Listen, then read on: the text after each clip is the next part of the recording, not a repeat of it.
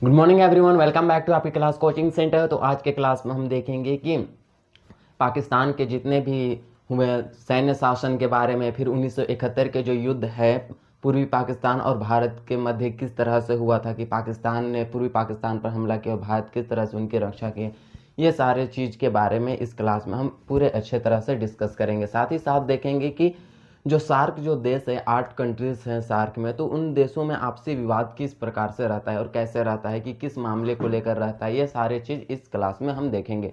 तो सबसे पहले आपको तो हम नोट्स लिखने ही बोलते हैं, तो एक बार फिर आप लिख सकते हैं। यहाँ पर आप म्यांमार के जगह हम बांग्लादेश लिख लीजिएगा, गलती से टाइपिंग हो चुका है। तो फिर दक्षिण एशिया की भौगोलिक स्थिति, ये तो लिखवा भी चुके थे। राजनीतिक विशेषता के बारे में भी लिखवा चुके थे। उसके बाद दक्षिण देशों की समस्या, हाँ, यहाँ से हमें समझना है कि दक्षिण देशों की क्या क्या समस्याएं होती हैं। तो ये आप अच्छे से नोट कर लीजिए, उसके बाद आपको समझने में कोई प्रॉब्लम नहीं होंगे। तो ये पहला आप लिख लीजिए। दूसरा हम देखेंगे कि पाकिस्तान के बारे में, पाकिस्तान क्या है, पाकिस्तान के पूरा इतिहास को खखोर कर रखेंगे कि पाकिस्तान के इतिहास में क्या दिया गया है क्या नहीं, ये हम देखेंगे। ठीक है। तीसरा हम देखेंगे कि पाकिस्तान में, यहाँ से लिख लीजिए, पाकिस्तान में लोकतांत्रिक अस्थायी ना होने के कारण, कि पाकिस्तान में हमेशा लोकतंत्र नहीं होते हैं, बार बार वहाँ सैन्य तख्तापलट होते हैं, इसका क्या कारण थे, ये सारे उनके कारण हैं। तो ये आप अच्छे से नोट्स कर लीजिए। उसके बाद हम देखेंगे कि बांग्लादेश संकट, बांग्लादेश जिसे हम पूर्वी पाकिस्तान कहते हैं, उनमें संकट कैसा आया था, ये हमें देखना है। ये आप इसे भी अच्छे से लिख लीजिए। फिर बांग्लादेश और भारत के बीच में विवाद, तो बांग्लादेश और भारत के बीच में क्या क्या विवाद है वो भी हमें अच्छे से देखना है, इतना। उसके बाद ये चैप्टर आपका खत्म हो जाएगा। विवाद के बाद हम देखेंगे कि भारत देश, बांग्लादेश और भारत के बीच में क्या संबंध है, उसके बारे में हम देखेंगे। ठीक है। तो सबसे पहले हम समझते हैं अपना मैप के माध्यम से। यदि हम मैप खोल ले तो अच्छा ही होगा।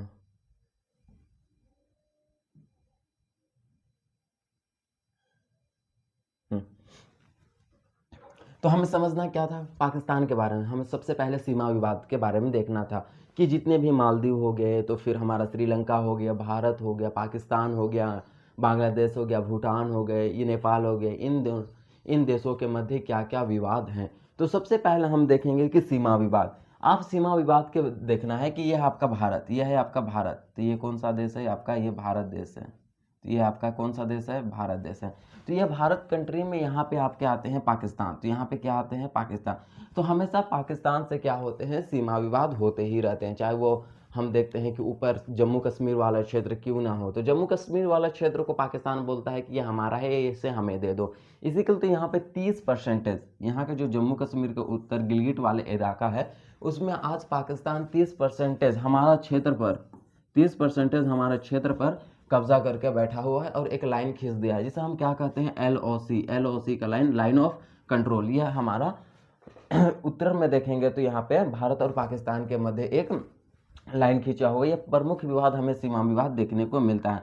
अगर आप देखिएगा तो यहाँ पे है क्या, राजस्थान, राजस्थान में है आपका पंजाब और इधर है लाहौर। इन दोनों के मध्य हमेशा लड़ाई झगड़ा सीमा के चलते होते रहते हैं, जिस कारण से वहाँ के लोगों तो कुछ नहीं है, दो देश के प्रधानमंत्री और सैनिक को तो कुछ नहीं, उनका तो लड़ना है, मान के चलिए, तो उनका लड़ना है, साथ साथ तो पूरे हथियार गोला बारूद ये सब खर्च होंगे, पैसा धन संपत्ति का हानि होगा ही होगा। साथ ही साथ क्या होंगे कि यहाँ के जो आम जनता है, आम नागरिक है, उनका रहने खाने का इतना ठिकाना सारा तहस नहस हो जाता है। एक युद्ध होता है तो क्या गोला बारूद किसी का स्थान देख के पूछता है कि आपका घर है, हम आपका में नहीं गिरेंगे, हम खाली जगह में जाके गिरते हैं, नहीं ना, कहीं पे वो भी गिर सकते हैं, कहीं पे भी गिर सकते हैं, कोई उनका कोई ठिकाना नहीं होता है। यह होते हैं हमारा प्रमुख सीमा विवाद। और यहाँ पे देखिएगा तो चीन और नेपाल से लेकर के हमारा बहुत ज़्यादा सीमा विवाद होते हैं, कि यहाँ पे चीन हम बोलता है कि हमारा देश है। चीन भी क्या कर लिया है कि जम्मू कश्मीर की उत्तरी लद्दाख वाला भाग, ये वाला भाग में 10% अपना कब्जा कर लिया है और बोलता है मेरा चीन, मेरा क्षेत्र है, अक्साई चीन, अक्साई चीन ये क्षेत्र 10% वाला क्षेत्र, जिसे हम एक लाइन खींच दिया है, LAC, लाइन खींच दिया है LAC का, लाइन ऑफ एक्चुअल कंट्रोल। तो ये यहाँ पे ये दो आपको याद रखना है सीमा विवाद में किस तरह से। अगर हम दूसरा देखें तो सीमा विवाद तो आपका कॉमन था, होना ही होना था, आर्थिक खराब आर्थिक स्थिति। भारत का भी उतने अच्छी आर्थिक स्थिति नहीं है, क्योंकि भारत भी एक विकासशील देश के अंतर्गत आता है, ना कि विकसित देश के अंतर्गत। अभी विकसित देश की कैटेगरी में जाने ही लगे हैं हम, अभी उतने भी हम विकसित देशों के अंतर्गत नहीं, कैटेगरी में नहीं आते हैं। बात देखते हैं श्रीलंका की खराब स्थिति। श्रीलंका तो पूरा चौपट हो चुका है, क्योंकि वहाँ पे महामंदी पड़ गए हैं। अब वर्तमान समय में अगर श्रीलंका की बात करते हैं तो श्रीलंका तो पूरी तरह से डूब ही गया है, क्योंकि अभी देखिएगा श्रीलंका में खाने पीने के लिए कमी हो रहे हैं। क्यों? क्योंकि वहाँ पे पैसे नहीं है। वहाँ की सरकार पैसा छापने की नीति अपना रही है कि पैसा छाप के वो गरीबी दूर करना चाहते हैं, लेकिन पैसा छाप के गरीबी दूर नहीं होते हैं। उससे हमारा क्या होते हैं और हालात ख़राब होते हैं। जैसे कि वेनेजुएला, वेनेजुएला ने इतना पैसा छाप दिया था कि वहाँ का जो एक कॉफ़ी का जो चाय है वो 2 लाख, समझ रहे हैं, 2 लाख, जो हम 10 रुपये का पीते हैं वो 2 लाख वहाँ मिलता है। इतना ज़्यादा पैसा का मूल्य बढ़ जाता है और सामान जो होता है वो घट जाते हैं मंदी में। एक छोटा सा सामान खरीदना है उसके लिए हम बहुत सारा पैसा, नहीं, पैसा का मूल्य नहीं बढ़ता है, पैसा का मूल्य घट जाता है और सामान का मूल्य बढ़ जाता है, सामान का डिमांड बढ़ जाता है मूल्य। तो ये होते हैं हमारा खराब स्थिति, खराब आर्थिक स्थिति। ये 2 कारण हो गए, ये 2 कारण आप प्रमुख देख सकते हैं। फिर होता है जातीय संघर्ष। जातीय संघर्ष भी कॉमन है। भारत और पाकिस्तान के मध्य हिंदू धर्म, मुस्लिम धर्म, इन दोनों के मध्य आपसी झड़प हमेशा होते रहते हैं, लड़ाई झगड़ा होते रहता है। 1947 का अगर आप देखिएगा, इतिहास उठा के देखिएगा, तो उस टाइम क्या हुआ था, पाकिस्तान में जो अभी लाहौर गया हुआ पहला पंजाब का इलाका हुआ करता था, उनका विभाजन हो चुका है। वहाँ पे बहुत सारे मारपीट, एकदम हिंदू धर्म के भी बहुत सारे लोग मरे थे। पाकिस्तान में जो मुस्लिम धर्म के जो लोग थे वो भी मरे थे, निर्दोष लोग भी मरे थे। अपराधी तो गए साथ साथ निर्दोष भी उनके चपेट में आ चुके थे। ये आपका देखिएगा कि हमारा सीमा विवाद, ये अथी हो गया हमारा कौन सा विवाद, तो जातीय संघर्ष के अंतर्गत देखते हैं। उसके बाद हम देखते हैं जल विवाद। जल विवाद का मतलब क्या है कि यहाँ से जाते हैं, आपका यहाँ पे कैलाश पर्वत है, यहाँ पे एक कैलाश पर्वत है, मानसरोवर झील से निकलता है सिंधु नदी, और सिंधु नदी जम्मू कश्मीर को छूते हुए हमारा देश से जाकर के अरब सागर में जाके गिरता है। लेकिन सिंधु नदी का जो अत्यधिक जो प्रवाह है वह पाकिस्तान में ही होता है, इसलिए पाकिस्तान क्या कहता है कि इसका सर्वाधिक जल का प्रयोग मैं करूँगा। तो भारत ने एक डैम बनाया है, यहाँ पे 2-3 बांध हैं, तो सिंधु नदी का पानी को रोक के रखा है। तो इसी के मध्य लड़ाई हो गया। तो 1960 ईस्वी में सिंधु जल समझौता हुआ। सिंधु जल समझौता के तहत 80% जो पानी है, सिंधु नदी का 80% जो पानी है वह पाकिस्तान यूज करेगा, यानी पी लिख देते हैं पाकिस्तान, और इसका जो 20% जो वाटर है यानी कि पानी है वह इंडिया यूज करेगा। 1960 के सिंधु जल समझौता के तहत ये है। अब इधर से क्या, सिंधु नदी इधर से जाते नहीं, यहाँ से जाते गंगा नदी, यहाँ से जाते ब्रह्मपुत्र नदी। यहाँ पे भी क्या है, बांग्लादेश यानी कि पूर्वी पाकिस्तान से भी हमारा विवाद है, यही नदियों को लेकर जल विवाद यही है, यही है प्रमुख विवाद। अब हम देखेंगे कि विद्रोह क्या है, कि विद्रोह जगह जगह पर आपका विद्रोह होते रहता है, चाहे वह आंतरिक देश में ही क्यों ना हो, कोई अन्य संगठन बन जाते हैं। कभी पाकिस्तानी घुसपैठी हमारे देश में घुसा देते हैं, कभी पहलगाम हमला हो जाता है, तो कभी कारगिल युद्ध हो जाता है, 1999 का कारगिल युद्ध। अभी फिलहाल में 2025 के 23 में पहलगाम हमला हुआ था, इसमें कई सारे लोग मारे गए थे, बल्कि वहाँ पे धर्म पूछ के मारा गया था कि आप कौन से धर्म के हैं, क्या आप ये सब जानते हैं। तो उस तरह से हमें विद्रोह बार बार होते रहता है, आंतरिक विद्रोह, गृह विद्रोह, सारे विद्रोह। तो आपको कभी भी पूछा जाएगा कि दक्षिण एशिया जो देश है उनके बीच के जो विवादों की चर्चा करें, तो आप मात्र 5 टॉपिक लिख दीजिएगा। पहला आप तो लिखना है आपको सीमा विवाद, पहला आपको लिखना है सीमा विवाद, ठीक है, पहला आप लिख सकते हैं सीमा विवाद। दूसरा आप लिख सकते हैं जातीय संघर्ष भी हमें यहाँ पे देखने को मिलते हैं, जातीय संघर्ष।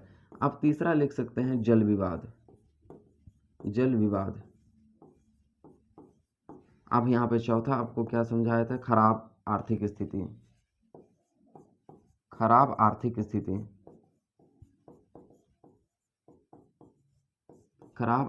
स्थिति। अब इसके बारे में अच्छे से लिख सकते हैं, खराब आर्थिक स्थिति। और पांचवा आप लिख सकते हैं विद्रोह।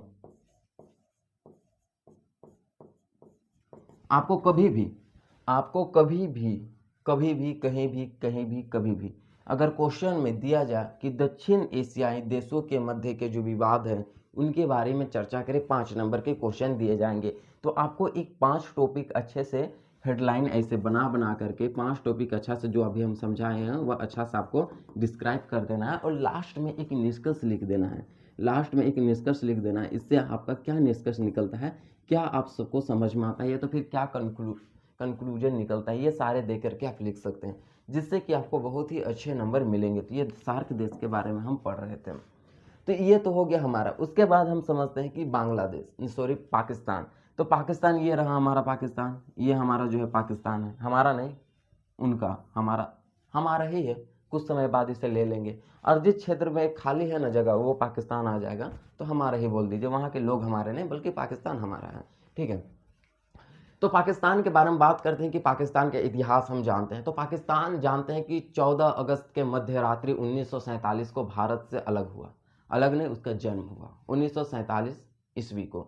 तब धार्मिक बहुसंख्यक के आधार पर उस टाइम भारत और पाकिस्तान ये दो देश अलग अलग देश में बट गए थे। आपको इतना पता है, आपको इतना पता है कि नहीं? तब वहाँ का जो सबसे प्रथम सर्वप्रथम प्रधानमंत्री कौन बने?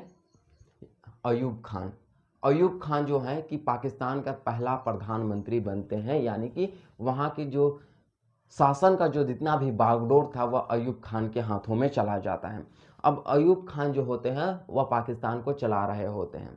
जिन्ना बने, वो जिन्ना को हटाइए, वो जिन्ना बनने के बाद अयूब खान बनते हैं कि जिन्ना कुछ समय के लिए थे वो हटाइए उसको, तो अयूब खान। तो सबसे पहला हम देखते हैं अयूब खान। अयूब खान क्या बनते हैं? पाकिस्तान के प्रधानमंत्री। अयूब खान पाकिस्तान के प्रधानमंत्री बनते हैं और पाकिस्तान को चलाने लगते हैं।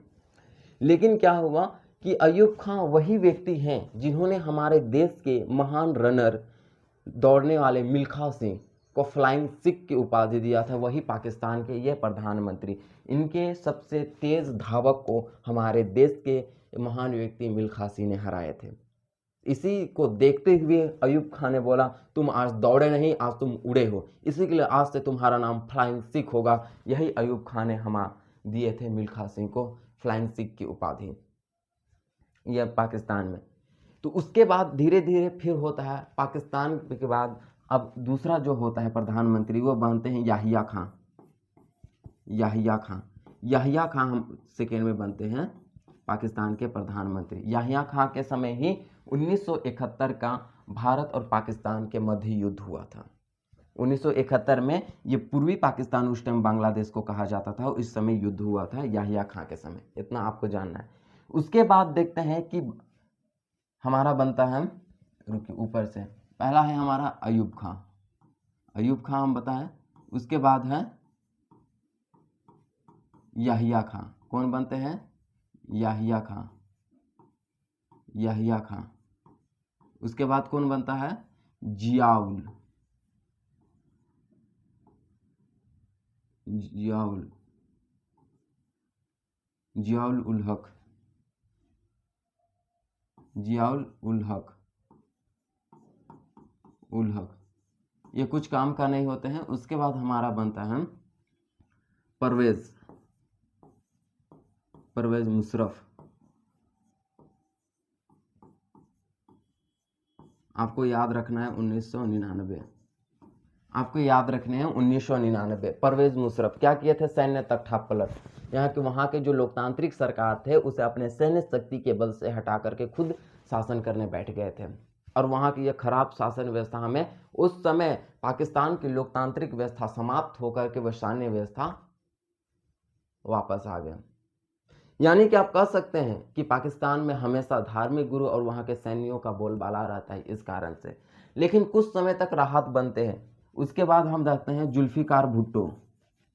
जुल्फिकार भुट्टो, जुल्फिकार भुट्टो, जुल्फिकार भुट्टो लिख लेना है, ठीक है, भुट्टो। जुल्फिकार भुट्टो क्या बनते हैं? पाकिस्तान के प्रधानमंत्री। बेनजीर बनते हैं, बेनजीर, बेनजीर, बेनजीर बनते हैं। उसके बाद यहाँ पे लिख दे रहे हैं बेनजीर के बाद आपका बनता है नवाब शरीफ। नवाब शरीफ, शरीफ है तो शरीफ है, नवाब शरीफ बनते हैं 2013 में।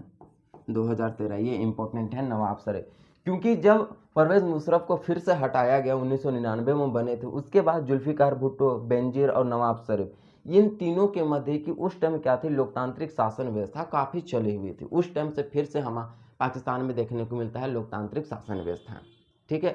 लेकिन हुआ क्या? 2013 में नवाब शरीफ को भी वित्तीय भ्रष्टाचार के केस में ठोक दिया गया और सुप्रीम कोर्ट ने इन्हें 10 साल के लिए सजा दी है कि आपने भ्रष्टाचार यानी कि पैसा का दलाली किए हैं, आपको हम सजा देते हैं। तो 2013 में नवाब शरीफ बने और 2017 में सुप्रीम कोर्ट ने, किन्होंने, सुप्रीम कोर्ट ने नवाब शरीफ को 10 साल के लिए सजा दिया।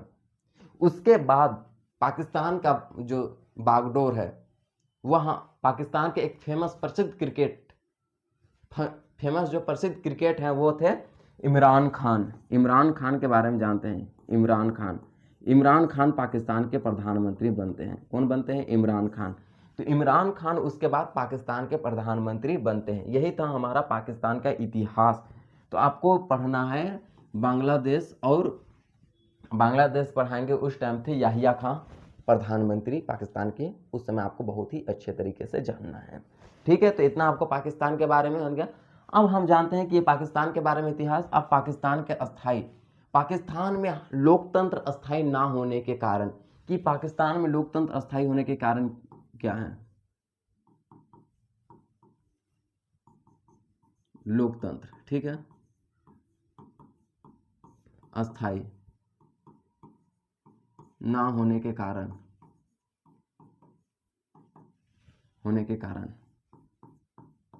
पाकिस्तान में लोकतंत्र अस्थायी ना होने के कारण, क्या ऐसा कारण है कि पाकिस्तान में लोकतंत्र अस्थायी नहीं रहता है? वहां हमेशा सैन्य तख्तापलट होते ही रहता है।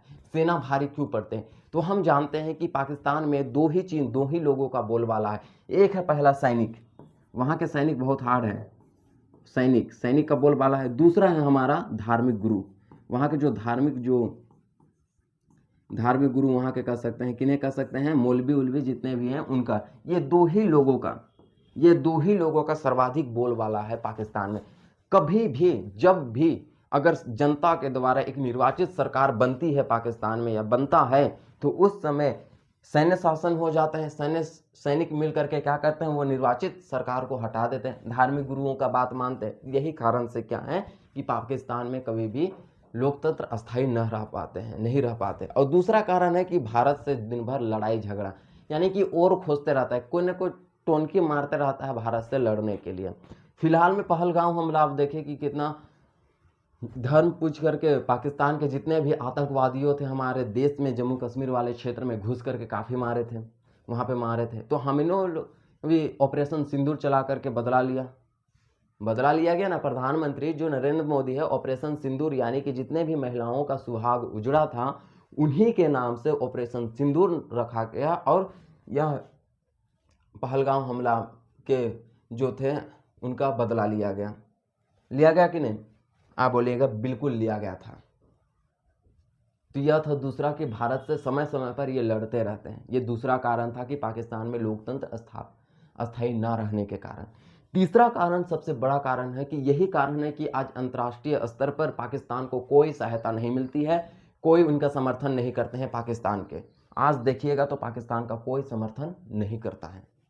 चौथा कारण यह है कि पश्चिमी देशों के द्वारा ये सारे जो देश है ना, ये पाकिस्तान है, यहाँ पे आपका पाकिस्तान है, ये पाकिस्तान है, तो पाकिस्तान इधर अमेरिका देख लीजिएगा, इस जगह के क्षेत्र का जो देश देख लीजिएगा, ये पाकिस्तान को बढ़ावा देते हैं। किसके लिए? अपने फायदा के लिए पाकिस्तान को बढ़ावा देते हैं कि आप गलत काम कीजिए, मैं आपके सपोर्ट में। क्योंकि ताकि इनसे, पाकिस्तान से इन देशों को फायदा मिल सके, इस कारण से। कोई यहाँ पे हमदर्दी नहीं है, फायदा मिल सके इस कारण से। और अमेरिका कहाँ गया? अमेरिका तो अपना सैन्य शक्ति भी तो देने के लिए तैयार, किन्हें? पाकिस्तान को। आगे हम पढ़ेंगे कि किस तरह से अमेरिका पाकिस्तान का मदद कर रहा था उस समय 1971 में। तो सैन्य शक्ति अपना किसे? पाकिस्तान को दिया हुआ है। कौन? अमेरिका, सहयोग। यही कारण है कि आज तक पाकिस्तान का कोई सपोर्ट नहीं करता है, करता भी है अपने लाभ के लिए। काम आया काम गया वाला सिस्टम, अपना काम बनता भाड़ में जाए पाकिस्तान, यही कहता है। तो ये आपको ये समझना है कि क्यों पाकिस्तान में लोकतंत्र अस्थायी ना होते हैं। ये आपको पूछा जाएगा तो आप अच्छे से लिख सकते हैं। अब हम देखते हैं कि बांग्लादेश के बारे में। तो बांग्लादेश यहाँ है आपका, अगर आप लोकेशन में देख सकते हैं तो आपके यहाँ पे लोकेशन में आप देखिएगा तो यहाँ पे है आपका बांग्लादेश, यहाँ पे है बांग्लादेश, ये है पाकिस्तान, ये आपका पाकिस्तान। तो बांग्लादेश और पाकिस्तान ये दो, इससे पहले पश्चिमी पाकिस्तान कहा जाता था, पश्चिमी पाकिस्तान, ये क्योंकि ये पश्चिम में है, और इससे पहले पूर्वी पाकिस्तान कहा जाता था, पूर्वी पाकिस्तान। कब? 1971 से पहले, 1971 से पहले इसे पूर्वी पाकिस्तान कहा जाता था। लेकिन हुआ क्या, यहाँ के एक प्रमुख नेता थे आगामी लीग के, आगामी लीग पार्टी के, आगामी लीग पार्टी के एक प्रमुख फेमस नेता का नाम था, जिसका नाम था मुजीबुर रहमान।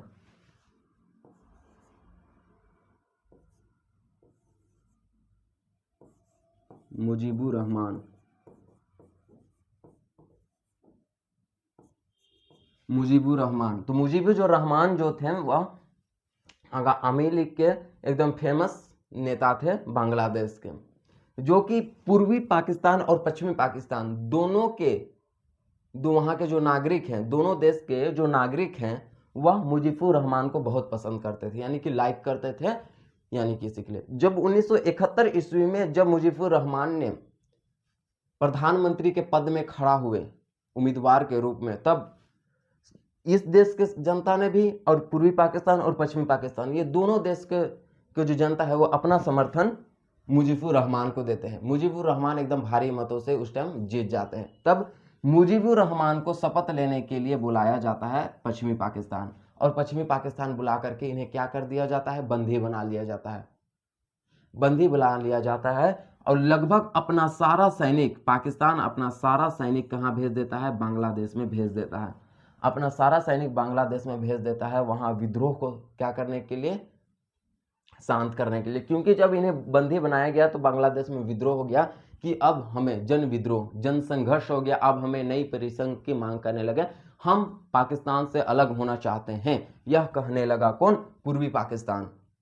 तब सैनिक पाकिस्तान इसे दबाने के लिए अपना सैनिक भेजते हैं, अपना सैनिक भेजते हैं। तो यहां से क्या है कि बांग्लादेश से बहुत सारे लोग भाग भाग करके असम, हमारा भारत देश में असम, पश्चिमी बंगाल, तो इन क्षेत्रों में आते हैं, पूरा भाग भाग करके। लगभग 20 लाख से अधिक शरणार्थी बांग्लादेश के जो लोग थे, हम लोग देश में शरण लिए थे उस टाइम। तब उस समय हमारा देश का प्रधानमंत्री थी कौन थे, इंदिरा गांधी, देश का प्रधानमंत्री थे इंदिरा गांधी। इंदिरा गांधी ने अपने हमारे देश के फेमस और सर्वप्रथम सैम मानेकशॉ सेनापति, सैम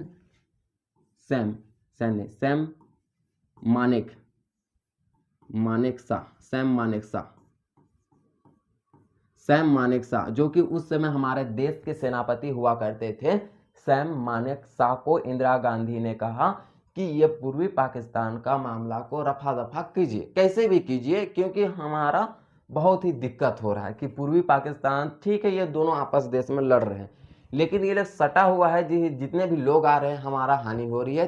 तो क्या देखे थे कि बहुत सारे जो लोग हैं वो बांग्लादेश से हमारे देश में आ गए थे, जिससे कि हमारे देश की जनसंख्या में बहुत प्रभावित हो रही थी, बढ़ोतरी हो रही थी, हमारे देश के संसाधन में हार्श हो रहे थे, खाना पीना भोजन सारा चीज़ हमारे देश को पुराना पड़ता था। 20 लाख आबादी का आना कोई मामूली बात नहीं है। तो ये बांग्लादेश से, यहाँ से सारे कोई भाग भाग के यहाँ। तब उस समय हमारे देश के प्रधानमंत्री थे इंदिरा गांधी। कौन थे देश के प्रधानमंत्री, इंदिरा गांधी हमारे देश के प्रधानमंत्री थे। इन्होंने ही कि इस समस्या को निपटाने के लिए क्या कहा कि अब हमें किसी भी प्रकार के बांग्लादेश यानी कि पूर्वी पाकिस्तान का मदद करना होगा पश्चिमी पाकिस्तान से आज़ादी दिलाने के लिए, क्योंकि सारा समस्या हम ही लोगों के ऊपर आ रहा है, क्योंकि हमारे से सटे हुए हैं तो सारे लोग भाग करके यहाँ आ रहे हैं। तब इंदिरा गांधी ने सैम मानेकशॉ, उस समय हमारे देश के सेनापति थे सैम मानेकशॉ,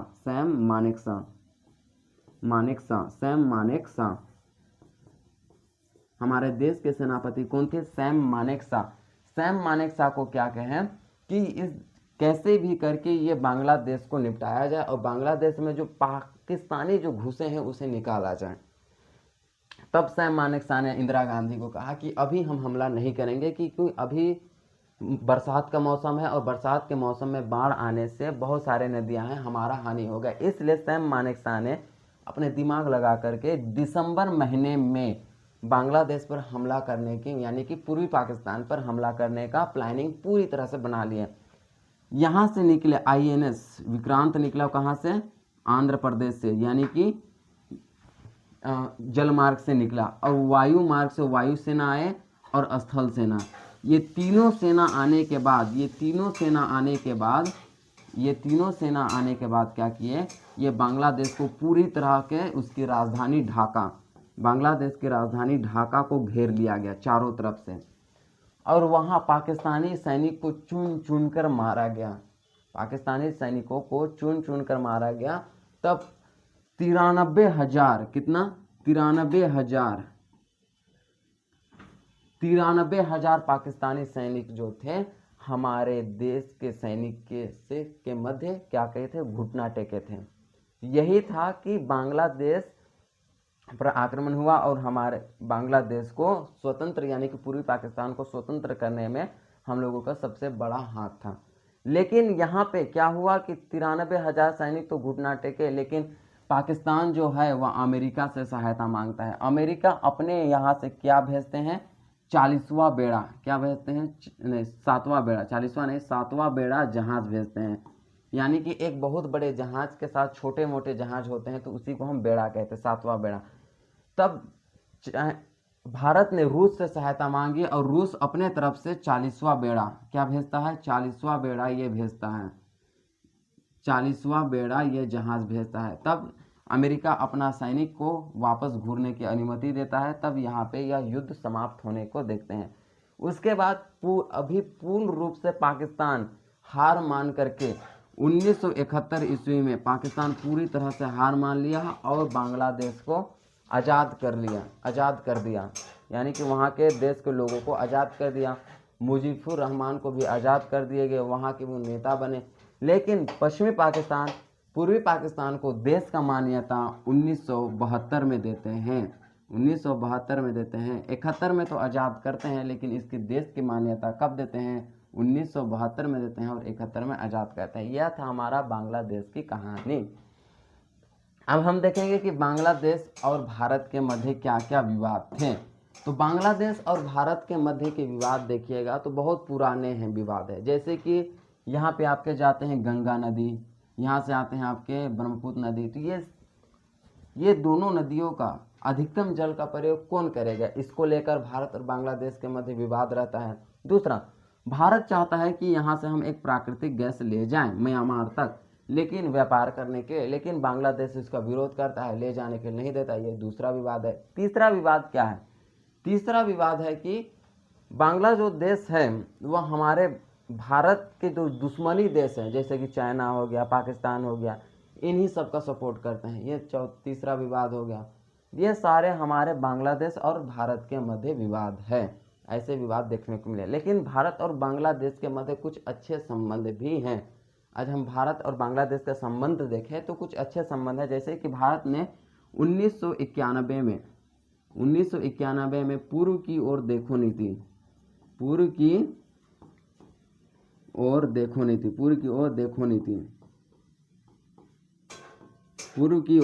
नीति, उसके बाद है ईस्ट एक्ट,